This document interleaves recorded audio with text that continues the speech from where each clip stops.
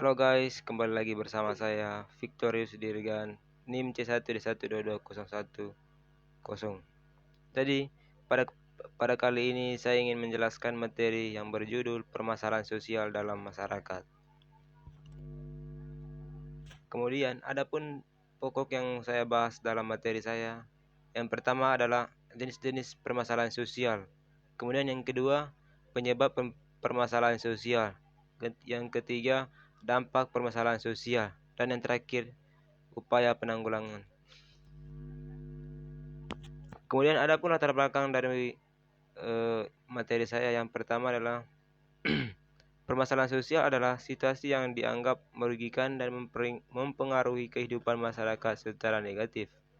Kemudian mengapa pentingnya memahami persoalan permasalahan sosial, yaitu untuk mencari solusi yang efektif dan mencegah dampak yang lebih lanjut. Yang berikut jenis-jenis permasalahan sosial.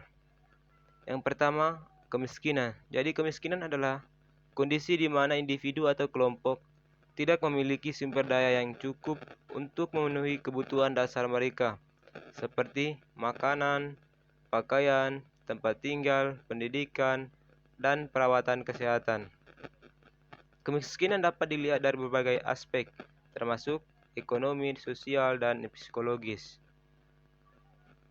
Kemudian, adapun dampak daripada kemiskinan. Kemiskinan memiliki dampak yang luas dan mendalam pada berbagai aspek kehidupan, maupun baik bagi individu yang mengalami kemiskinan maupun bagi masyarakat secara keseluruhan. Dampak yang pertama adalah dampak pada kesehatan.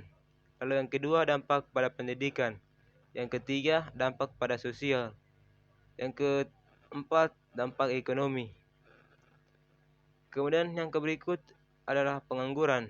Jadi, pengangguran adalah keadaan di mana seorang yang tergolong dalam angkatan kerja biasanya berusia 15 tahun ke atas dan tidak memiliki pekerjaan tetapi sedang aktif mencari pekerjaan atau sedang menunggu untuk mulai bekerja di masa depan. Pengangguran merupakan indikator penting dalam mengukur kesehatan ekonomi suatu negara karena tingkat pengangguran yang tinggi biasanya mencerminkan masalah dalam ekonomi. Kemudian, apa dampak daripada pengangguran? Yang pertama adalah dampaknya, yaitu dampak ekonomi, yaitu penurunan produktivitas nasional karena tenaga kerja tidak dimanfaatkan secara penuh. Kemudian yang kedua, pendapatan nasional yang kurang akibat berkurangnya kontribusi dari tenaga kerja yang menganggur. Kemudian dampak yang kedua, dampak yang terjadi diantaranya dampak sosial, yaitu peningkatan kemiskinan dan ketidaksetaraan ekonomi. Kemudian yang kedua, peningkatan kriminalitas dan masalah sosial lain seperti ketidakstabilan keluarga.